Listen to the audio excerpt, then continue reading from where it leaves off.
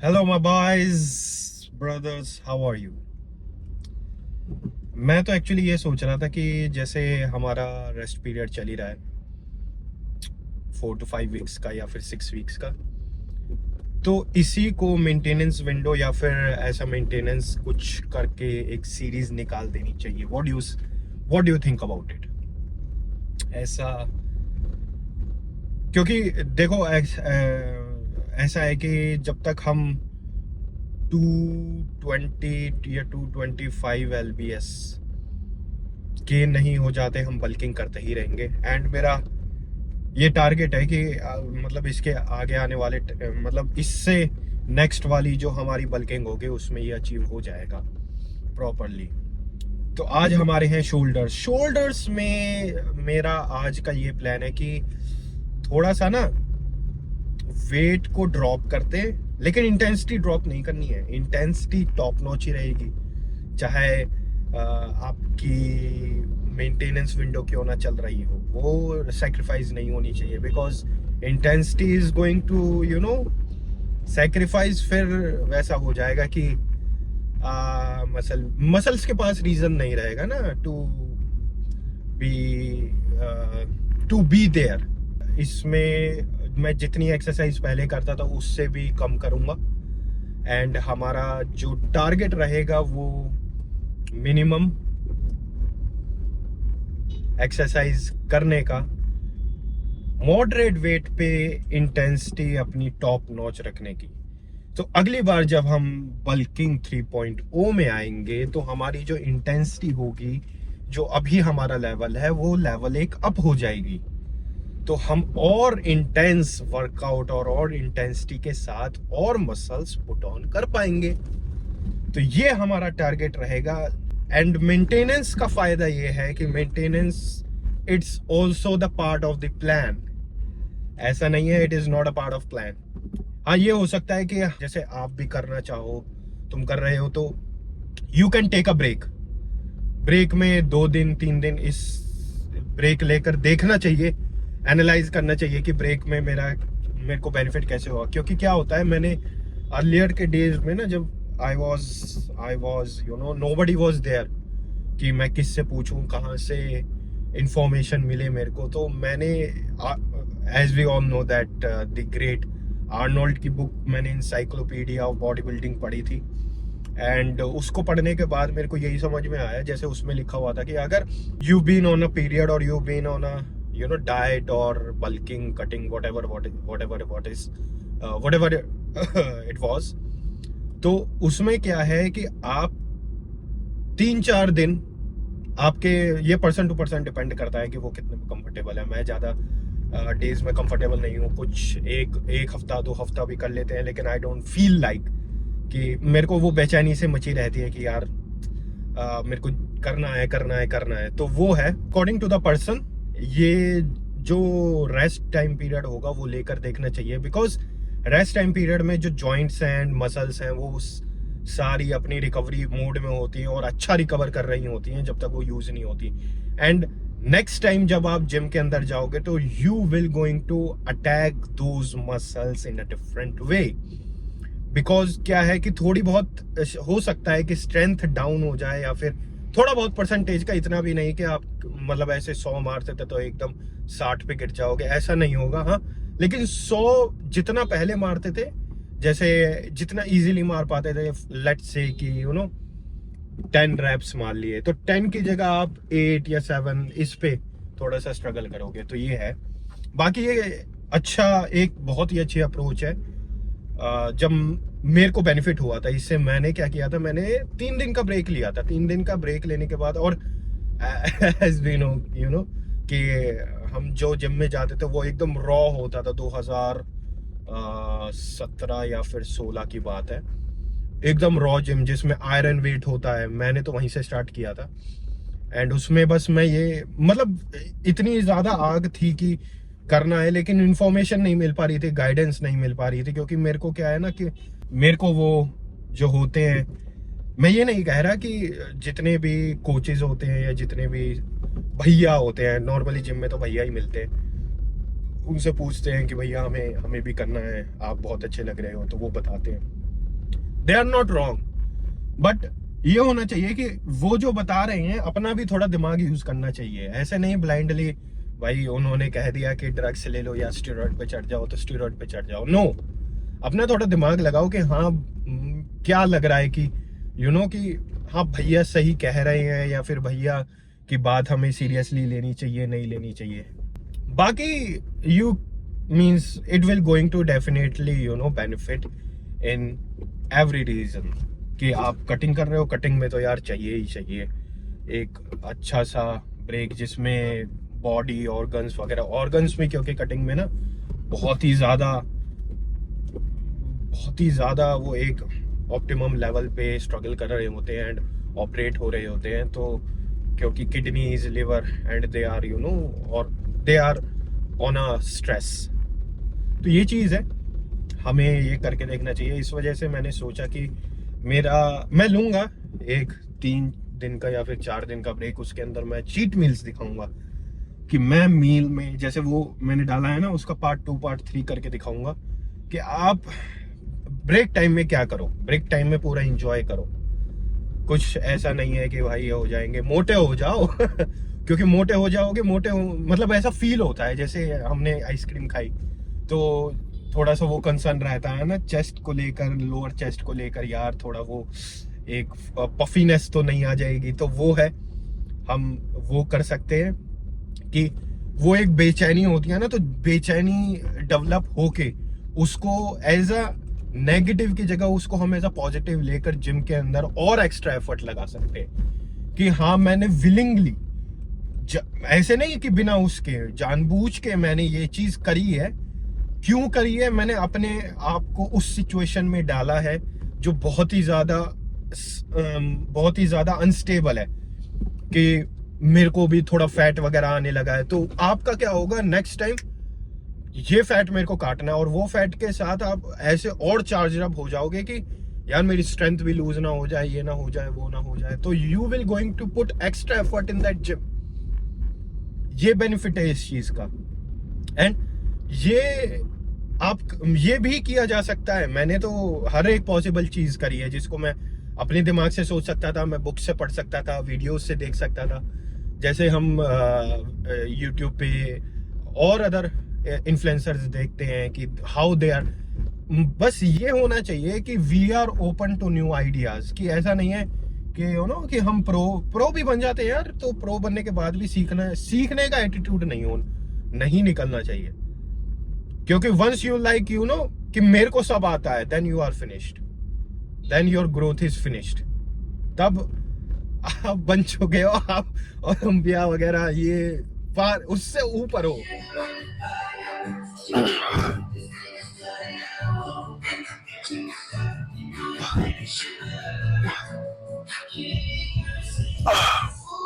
अभी एक warm up complete कर लिया एंड अब हम अपना पहला वर्किंग सेट लेंगे with moderate weight. I believe I'll aim for 20, but let's see कितने आते हैं, क्योंकि शोल्डर में अच्छा मेरे को पावर लग रही है। If we hit 20, then we'll do it again.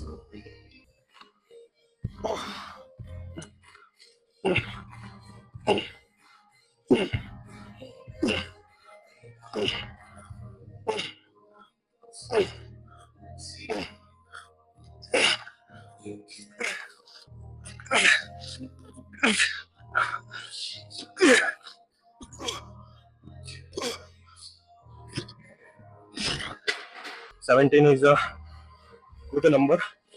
वो तो मेरे को पता था एक्चुअली कि 20 मेरे पे शायद हो या ना हो, ऐसे था 40 to 60%. But anyways, we'll again aim for 20 and let's see how many we'll get. हमारी इंटरनेशनल मशीन है ये। हाँ।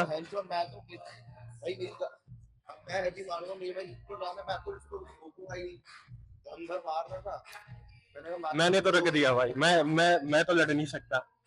हम आराम से ही रख देंगे, मेरे को मूड तो खराब करना नहीं है। वो बात भी है ना। मैंने कोई नहीं भाई, मैं आराम से ही रख दूंगा।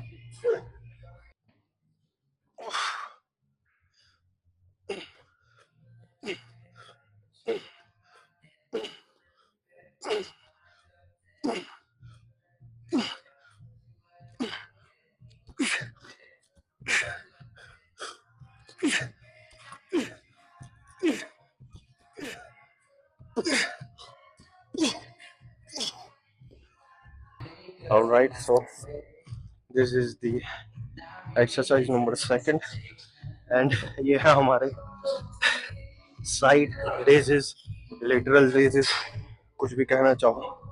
बस हम क्या करेंगे, बेंच पे लीन फॉरवर्ड होके हमें जैसे हम स्टैंडिंग करते हैं वैसे ही करना है, बट इसमें क्या है कि थोड़ी हार्डनेस इंक्रीज हो जाती है, तो इसलिए मैंने जो डंबल है वो लाइट ही लिया है।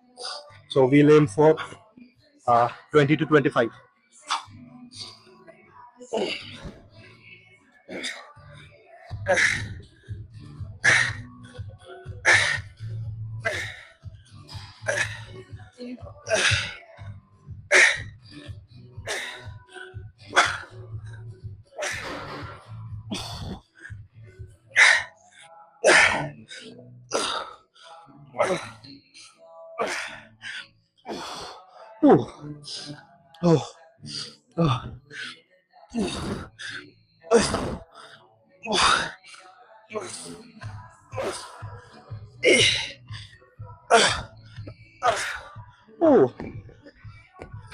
Wonderful set.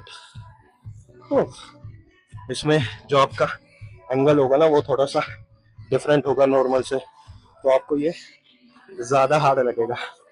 जैसे हम लीन फॉरवर्ड होते हैं, कुछ होता है ना कि बहुत सारी फॉर्म्स भी देखी होंगी, वो कहते हैं कि लीन फॉरवर्ड होकर करो एंड लीन फॉरवर्ड होकर front raises.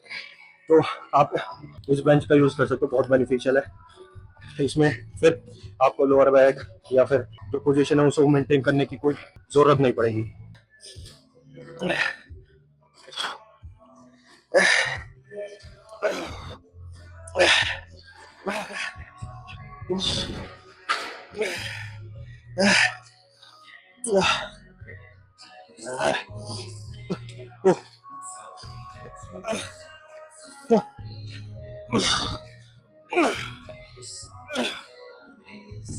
Okay, so exercise number 3, and इस पर मैंने 8 प्लेट लगाई है, तो वेट एकदम आपका नॉमिनल है एंड इंटेंसिटी होगी वो टॉप नॉच होगी।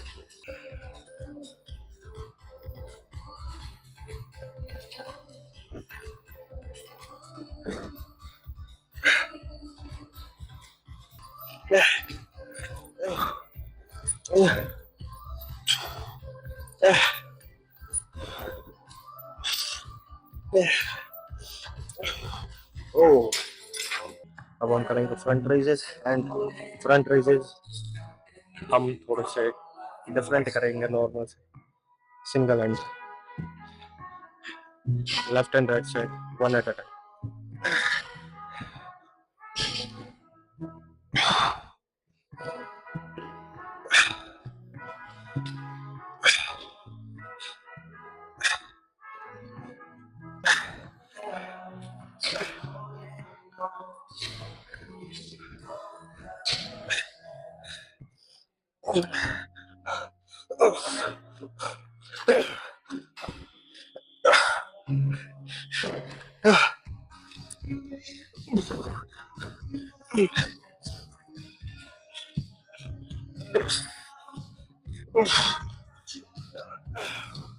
Oh my god.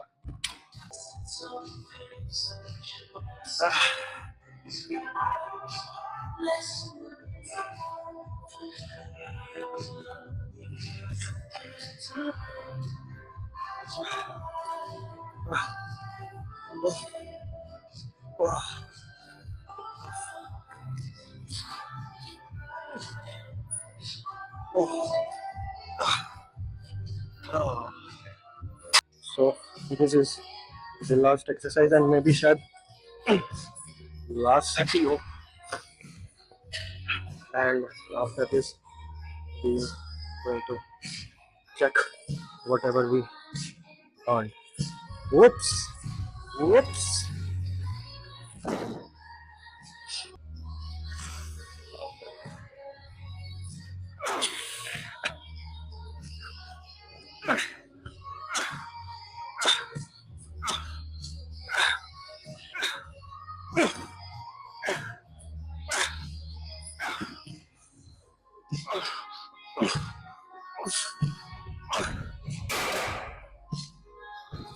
तो हमने अपना सारा जितना भी वर्कआउट था वो सारा फिनिश कर लिया एंड मन तो मेरा वैसे अभी कर रहा है कि 2-3 और पंप कर लूँ और इनको एग्जॉस्ट कर दूं, क्योंकि जब मैं वो वाली कर रहा था चेस्ट सपोर्टेड तो उसमें बहुत ही अच्छा बर्निंग सेंसेशन आ रहा था, लेकिन जैसे जैसे एक्सरसाइज में मूव ऑन करते हैं तो वो सेंसेशन धीरे धीरे उतना नहीं है लेकिन कम हो गया।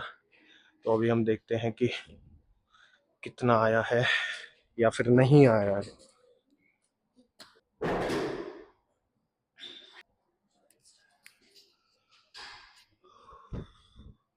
ओह, ओके।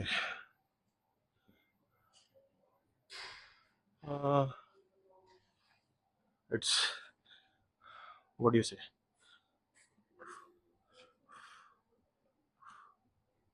कुछ क्या लगता है?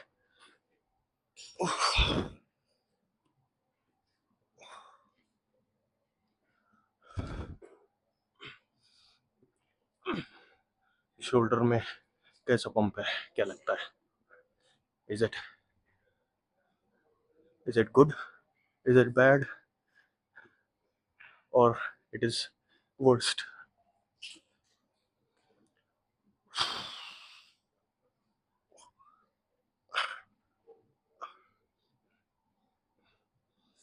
लेकिन मेरे को लग रहा है मेंटेनेंस में थोड़ा थोड़ा साइज गिर गया है, बट कोई नहीं, साइज तो हम दोबारा इससे भी ज़्यादा इंक्रीज कर लेंगे, दैट डजंट मैटर। लेकिन वेट जो मसल है वो इतना ड्रास्टिकली गिरना नहीं चाहिए, that is the main point.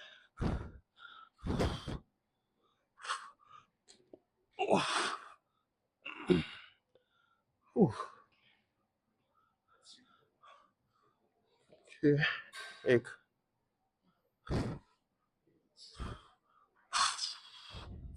tricep and rear delts.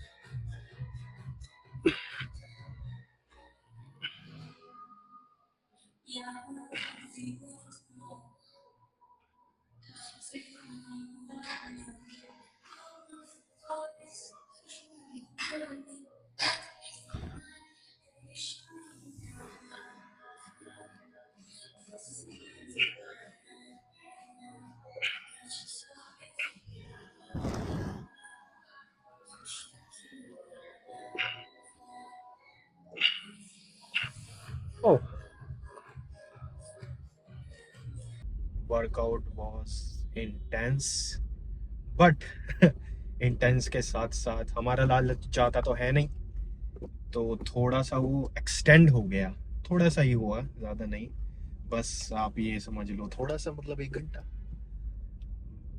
मैं वैसे ही कह रहा था, 1 घंटा नहीं, 1 घंटे से भी थोड़ा सा ज़्यादा। लेकिन जो वो एक्सरसाइज थी ना, that chest supported side raises, that was, मतलब उसमें जो बर्निंग सेंसेशन मेरे को आया, अगर मैं उसके बाद आपको दिखाता एक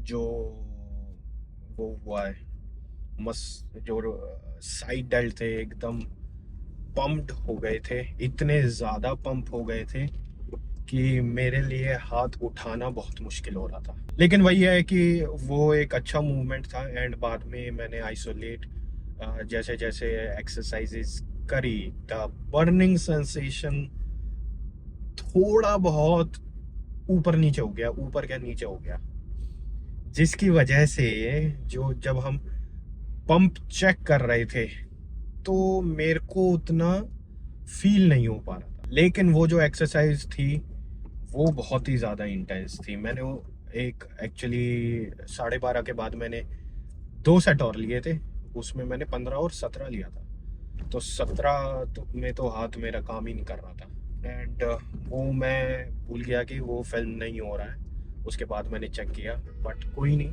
overall workout with normal nominal wait was good, and ऐसा ही होना चाहिए। लेकिन जब हम वो करेंगे ना, क्या नाम है, तीन तीन दिन का मैक्स टू मैक्स ब्रेक लेंगे। 3 दिन पता नहीं मैं ले भी पाऊंगा कि नहीं, लेकिन ब्रेक ज़रूरी है। ब्रेक में एकदम रिफ्रेश हो जाएंगे, क्योंकि राइट वाली साइड में थोड़ी सी कल से ही इम्पिंजमेंट सी हो रही है। कल मैं बैक भी कर रहा था तो बैक में भी मेरा आ रहा था, अब ये पता नहीं किस वजह से हो गया है, लेकिन वो एक चीज़ मेरे को हिंडर कर रही थी बहुत ही ज़्यादा एक्सरसाइजेज में, जिसमें मैं फ्रंट रेजेस कर रहा था उसमें भी। एंड एक्चुअली मैं पहले प्लान कर रहा था कि फ्रंट रेजेस भी मैं चेस्ट सपोर्टेड मारूं, लेकिन बेंच बिजी हो गया था, औरों को भी करनी है, ऐसी नहीं है। तो that's why I just switched on कि मैं सिंगल आर्म फ्रंट रेज करूंगा विद केबल्स,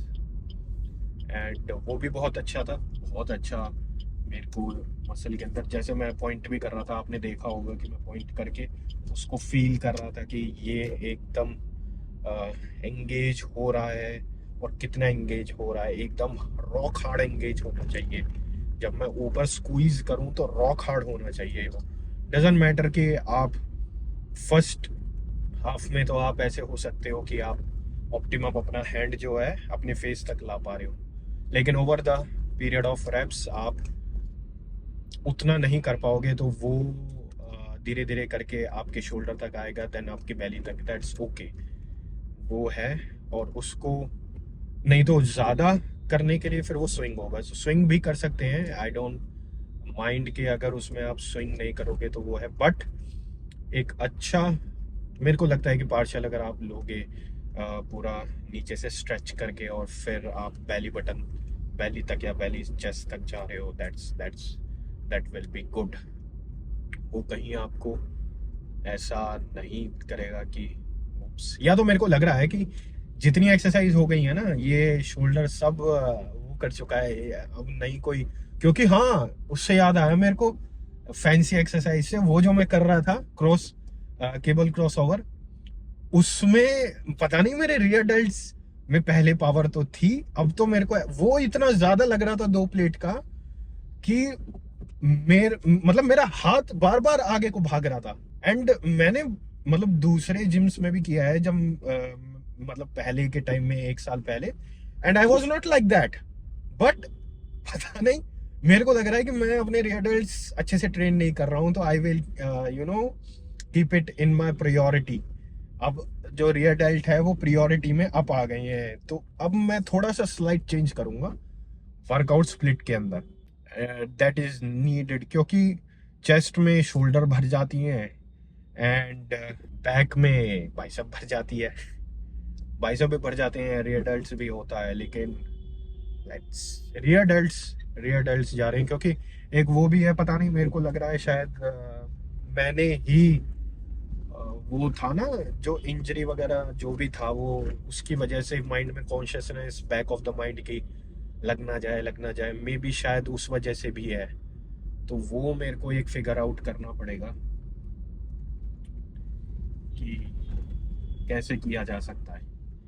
कोई नहीं, लेकिन आगे आने वाले वर्कआउट्स में मैं शो करता हूँ कि मैं क्या चेंज करूँगा। एंड मेंटेनेंस पार्ट 1, मेंटेनेंस अच्छा नहीं लग रहा, कुछ और अच्छा सा नाम होना चाहिए, बट कोई नहीं, जब मैं अपलोड करूँगा तो एक अच्छा सा नाम इसको मैं दूंगा। इसमें ज़्यादा एपिसोड्स या फिर ज़्यादा पार्ट तो होंगे नहीं, तो अच्छा रहेगा। और रेस्ट, वो जो मैं 3 दिन का रेस्ट बता रहा हूँ ना, वो भी मैं दिखाऊंगा कि उसमें आप क्या कर सकते हो, इतना स्ट्रेचिंग कर सकते हो, हाँ। रेस्ट में स्ट्रेचिंग, क्योंकि वैसे तो स्ट्रेचिंग पे कोई ध्यान नहीं देता है, अपना किया और चलते बने यूं यूं करते हुए। तो वो एक कंसर्न है, स्ट्रेचिंग को प्रायोरिटी दे सकते हो, क्योंकि जितनी अच्छी आपकी फ्लेक्सिबिलिटी और मोबिलिटी रहेगी लॉन्ग टर्म, उतना ही आपकी बॉडी एक एफिशिएंट वे में काम करेगी। आपकी जो मसल्स होंगी, मसल्स की जो वो होती है ना, क्या नाम है, एक पोटेंशियल होता है, तो वो एक इंक्रीज हो जाती है स्ट्रेचिंग से। क्योंकि क्या है कि जब मसल वार्म है एंड हमने एक बहुत ही अच्छा क्रेजी वर्कआउट किया, मसल्स आर पम्प्ड, एंड उसके बाद हम हल्का सा स्ट्रेच करें, स्टैटिक स्ट्रेचिंग, जिसमें हम 10 सेकंड या 5 सेकंड 8 सेकंड जितना भी आप अकॉर्डिंग टू द पर्सन वो होल्ड करें, तो ब्लड फ्लो उस बॉडी पार्ट में, उस मसल के अंदर बहुत अच्छा इंक्रीज होता है। दैट ब्लड फ्लो इंक्रीज होगा तो ऑब्वियस है कि न्यूट्रिएंट्स आपके पास मसल्स के अंदर बहुत एफिशिएंट वे में ट्रांसफर होंगे एंड वो बहुत अच्छे से रिकवर होगा एंड अच्छी ग्रोथ देगा। तो stretching is a major concern. मैं स्ट्रेचिंग मैंने भी जो पिछला 3-4 हफ्ते थे, उस नहीं, स्टार्टिंग से ही बल्किंग में मैंने स्ट्रेचिंग करी नहीं, क्योंकि बहुत ही ज़्यादा हेक्टिक हो जाता था, मैं एकदम ख़त्म हो जाता था। लेकिन स्ट्रेचिंग को भी इम्पोर्टेंस देना चाहिए, तो मैंने इंक्लूड करना चालू कर दिया है। 2 हफ्ते मेरे को हो गए हैं ऑलरेडी। मेरी फ्लेक्सिबिलिटी पहले से इम्प्रूव हो गई है। स्ट्रेचिंग करी जा सकती है, फोम रोलिंग करी जा सकती है, एंड बहुत अदर चीज़ें यार, ऐसा नहीं है। रेस्ट में भी ऐसा नहीं होता कि, क्योंकि अगर वो है कि कहीं मेरे को थोड़ा सा मोबिलिटी का इशू है, वो आप उस टाइम पीरियड में सही करवा सकते हो। अगर कोई थेरेपिस्ट है आपके नज़र में है, आपका फैमिली थेरेपिस्ट है, जो भी है, अगर अगर कोई थेरेपिस्ट है तो आप उससे हेल्प ले सकते हो, या फिर कोई नया ट्राई करना चाहते हो तो नया आप ट्राई कर सकते हो। सो नेवर बी लाइक कि डोंट बी अ, अगर मैं अंग्रेजों के टर्म में कहूँ, डोंट बी अ पुसी। कोई एक्सक्यूज मत दो, जितना कर सकते हो उतना करो, एंड यही है। बाकी मिलते हैं गाइज, अपने जितना भी लिफ्ट्स हैं, और बहुत लिफ्ट्स हैं, डाइट है, उनको टॉप नॉच रखो, एंड मिलते हैं नेक्स्ट वीडियो में। Till then take care and I will see you there.